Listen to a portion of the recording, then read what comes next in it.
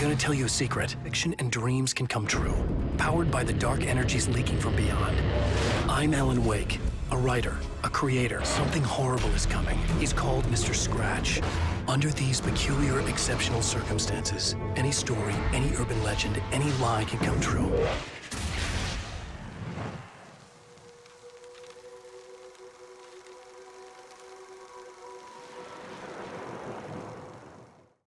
What's going on, everybody, and welcome to part 5 of my playthrough for Alan Wake American Nightmare.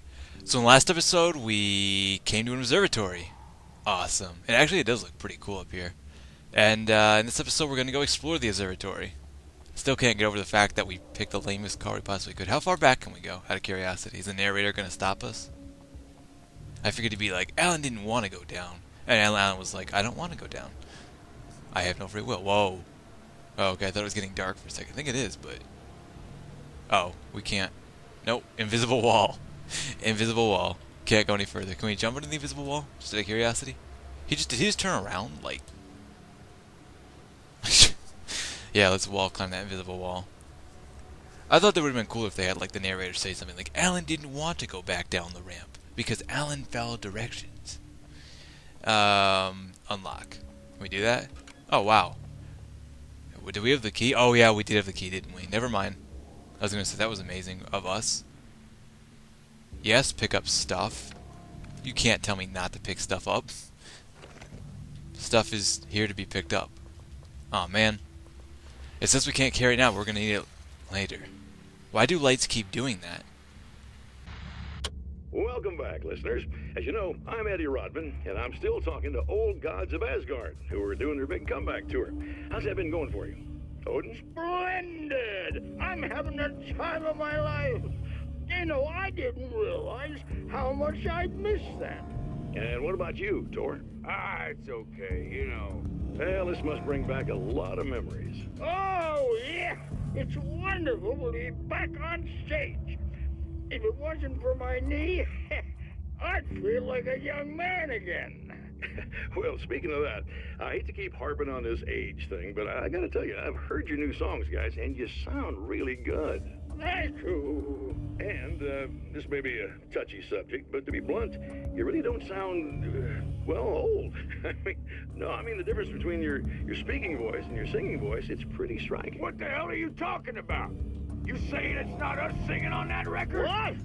What's he talking about? No, I'm not saying that, guys, but I can't help noticing the difference. Son, you're on thin ice. You calling me a liar? Whoa, hey, let me just step in here for a moment, boys.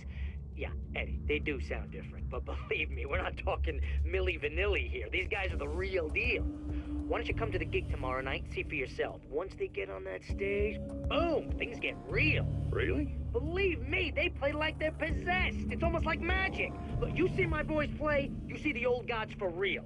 These guys project a lot of power. They're not lightweights, you know what I'm saying? All right, Barry, I'll see if I can make it. Now, let's take another quick break here, and after that, we'll play the new Old Gods of Asgard single. Don't you go away. So, yeah, almost like magic how 80-year-old men can get on stage and rock out like 20-year-olds, huh? If maybe, just maybe, there's a little bit of magic. That's pretty cool, I dig that. That'd be so... Just the concept.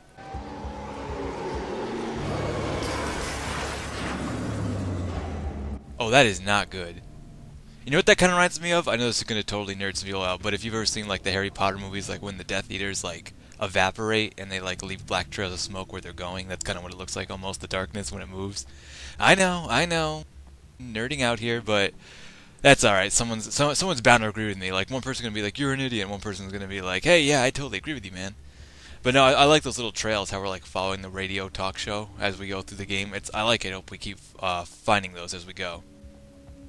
You know what I kind of miss though? Like there's the ammo thing right there, and it just made me think like they used to have like the arrows that Alan drew like into the story for him to follow, and then it would like lead us to ammo and manuscript pages and coffee. I miss the coffee so much. I do. That was like the coffee thermoses. Ah, those are the best. Best collectible in a game ever. Ammo refills. Nice. And then we were attacked. I should probably not have the shotgun out. Nail gun, yeah. Nail gun's too much fun, man. It really is. I knew it would be fun, and it was.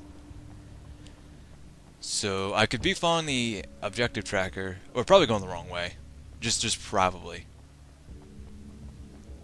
I do like this up here with the whole stars in the sky. Whenever there's like a good sky effect, like you think if we're going to observatory, they'd want to program a good sky effect, like good graphics. Oh no. Oh no, I dig the music. Hear the music right now? Yeah, what, that was enough to nail him? Who? No, not today. I'm way ahead of you guys. Mr. Firefighter. Oh, come on, dodge, Alan. Yeah, that was nice. Get him. Nice. Oh, that was nice. See, if at least if you can't dodge in time, you can always like flare them with a second. Just flare them for a quick second with the flashlight, and it's enough to stun them.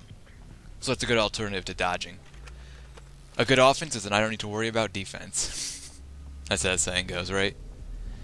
But yeah, like the whole star effect here. I mean, they'd want to make it good because it's an observatory. That's where we are, so you'd be looking at the sky. But it's all. I always like it when skies do good.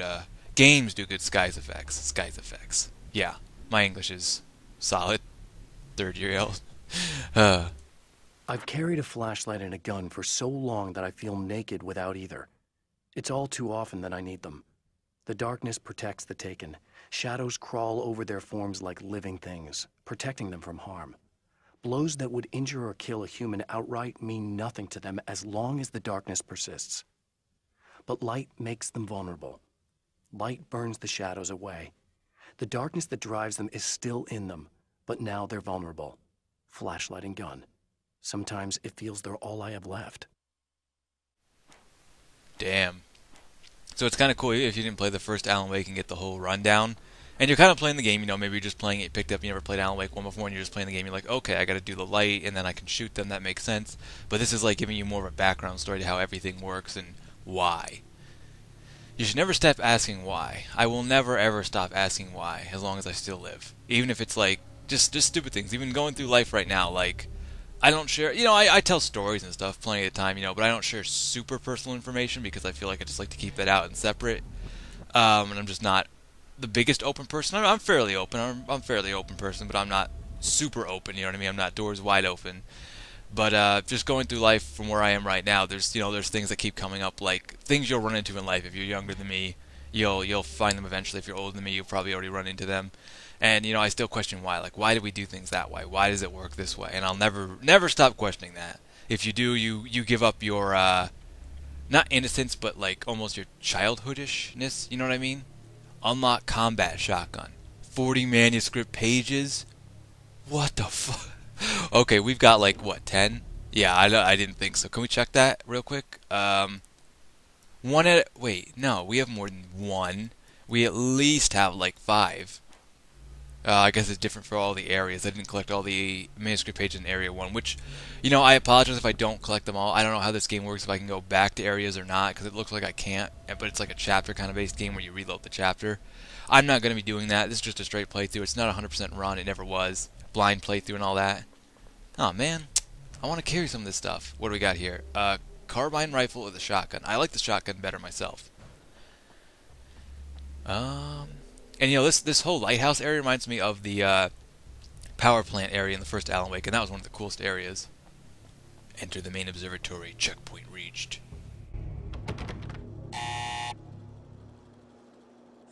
Hello? I'm Dr. Rachel Meadows, and... Wait a moment, it's you! I can't believe you dare show your face around here again.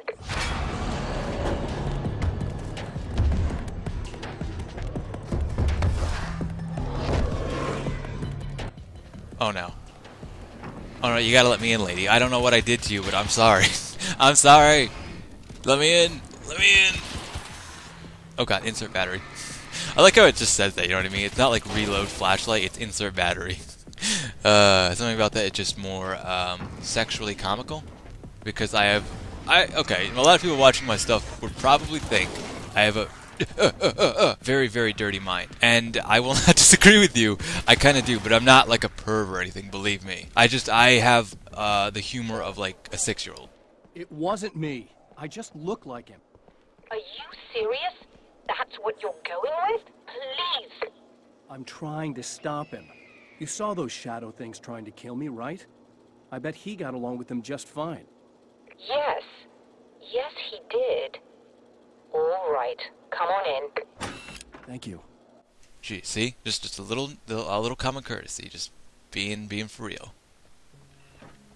Alan, just is that cool of a guy. Ooh, awesome. Turn on. Oh no. Hey, buddy. I figured I'd take a moment to talk to you. There's a party next door. I'm feeling pretty good right now. A little beer, a little fun, you know? It's nice.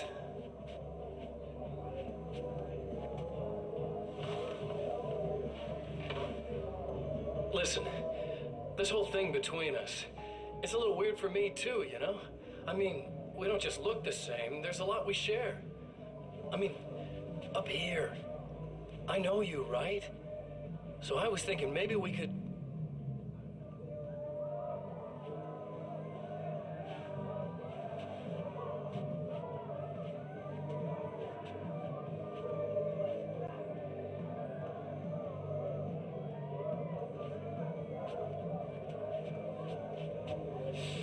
These guys are getting out of control. Look, I feel like we're both victims of circumstance here. And maybe we could make some kind of effort to...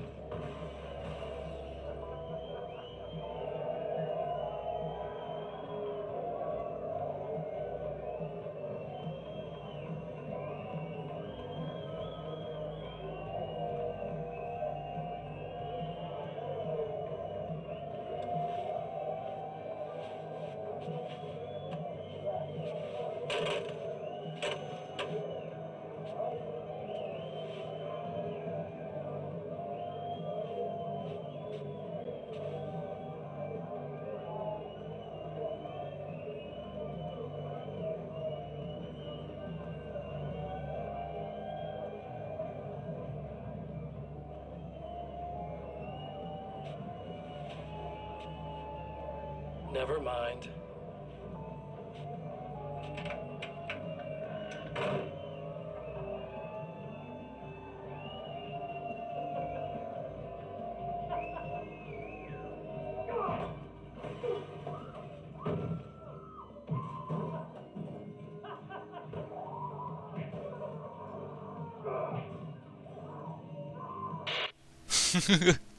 Okay, I'm kind of starting to grow on our evil doppelganger. He's mildly funnier than us. Like, Alan's got that sarcastic wit that I said I like, but this guy's pretty funny too. He just, never mind. We can't be friends. I'm gonna go kill someone now. Excuse me. I don't know. I think it's pretty funny. So we need to go talk to Dr. Meadows. She sounds like Just a moment. I'll send the lift down to you. Okay. I didn't expect to see anyone here tonight, but I'm relieved to see an actual person. That's assuming this isn't some kind of cruel trick on your part, of course. It might be. You never know. But trust me, baby, it's not. That's an interesting lift system. Let's grab some ammo first. So, yeah, I feel like we're never in any real danger of running out of ammo if we keep coming to these ammo boxes. You know what I mean? Like in Alan Wake 1, you could definitely run out of ammo if you weren't an idiot with your stuff. There was plenty around, but in the moment, like if you shot off all your shots, like you need to wait till you get to the next little area. So it kind of makes it easy mode, but at the same time, at least I'll never be in serious trouble. You know what I mean? So pros and cons. Doctor, the man who looked like me, what did he want here? There's a strange astronomical event happening right now. Something I can't begin to classify, but I think it's disabled our satellite. There's a very peculiar signal that we're receiving. A signal. That's what I'm here for. Well, so was he. But he didn't seem to understand it at all. He got very angry, sabotaged our imaging array, and now we're blind. I believe the event is still going on, but we can't pick it up. Is there something we can do? What he broke is essentially just a special camera, but we can't use the telescope without it. There's a replacement in my car. If you can get that to me, we're back in business. Consider it done. Tell me more about the signal. It's almost as if something's being transmitted to Night Springs. It's the strangest thing. It's quite elusive, almost as if it wasn't properly there. I don't know how to describe it. So, what was the signal like? I wish I knew. He appeared before I had a good fix on it. He was very pleasant when I was working, but when I isolated the signal, he suddenly forced me out of the control booth. He said it was none of my business. He seemed to change. Somehow he was very smooth and charming before that, but suddenly he became... I'm sorry. I'm not sure I want to talk about it. I have to ask, Do you always wear that to work? I was at a party for a local art exhibition. Fascinating works. When I was called away by my assistant, Michael was the first to spot this event. I don't know where he is now, actually. He was supposed to bring us some food, but he never showed up. Tell me about the event. Oh, it's quite fascinating. It looks as if stars were changing, somehow. Or shifting positions. It isn't really happening, of course. Most likely it's caused by some kind of atmospheric refraction phenomenon. But I've never seen anything like it. Did he hurt you? No. He didn't quite threaten me exactly, but those shadowy things started to crawl into view, and whatever the signal was, he seemed to be extremely frustrated by it. He just started breaking things and left. I thought it best not to interfere. You were lucky. He's done much worse. Yes. He showed me a knife, and he kept talking. He enjoyed the sound of his own voice. A proper maniac. You really aren't anything like him, are you? Believe me, I try very hard not to be. Oh, Alan, the modest guy. He's like, it is like the evil twin thing, but he's like, I'm the good guy, and I'm not evil. Trust me, baby. So, okay, well, we made it to the observatory, and we met this chick, and yeah, I'm not kidding, like, I would ask the same thing. Do you always wear that to work? Very distracting. But, you know, we're going to end things off right here in the next episode. We'll figure out what this signal is, and why Mr. Scratch was so angered by it.